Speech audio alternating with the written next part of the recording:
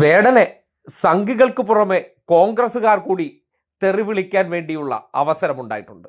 ഇന്നലകളിൽ നമ്മൾ ചെയ്ത ചരിത്രങ്ങൾ പുറത്തു പറഞ്ഞാൽ അവരെ തെറി കൊണ്ട് അഭിഷേകം നടത്തുക, അവരെ വിഘടനവാദിയാക്കി റദ്ദാക്കുകയാണല്ലോ കേരളത്തിലെ സംഘി കൊങ്ങി ടീംസിനുള്ളിലെ സവർണ നേതാക്കന്മാരുടെ ഒരു പൊതുവായ തന്ത്രം.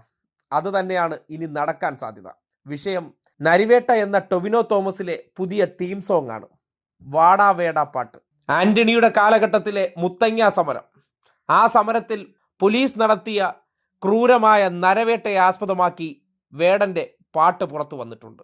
സ്വാഭാവികമായിട്ടും പാട്ടിൻ്റെ വരികളും ചെയ്ത പ്രവർത്തനങ്ങളുടെ നേർസാക്ഷ്യവും പുറത്തേക്ക് വരുമ്പോൾ കോൺഗ്രസ്സുകാർക്ക് ന്യായീകരിക്കാൻ കുറച്ച് പാടുപെടുമല്ലോ. അതുകൊണ്ട് നമ്മുടെ തെറ്റ് ഏറ്റു പറയുന്നതിനേക്കാൾ എളുപ്പം പറയുന്ന വ്യക്തികളെ 10 പുലഭ്യം പറയുക, അവർക്കെതിരെ പ്രചരണം നടത്തുക, അവർ മോശക്കാരാണെന്ന് വരുത്താനുള്ള കഥകൾ മെനയുക.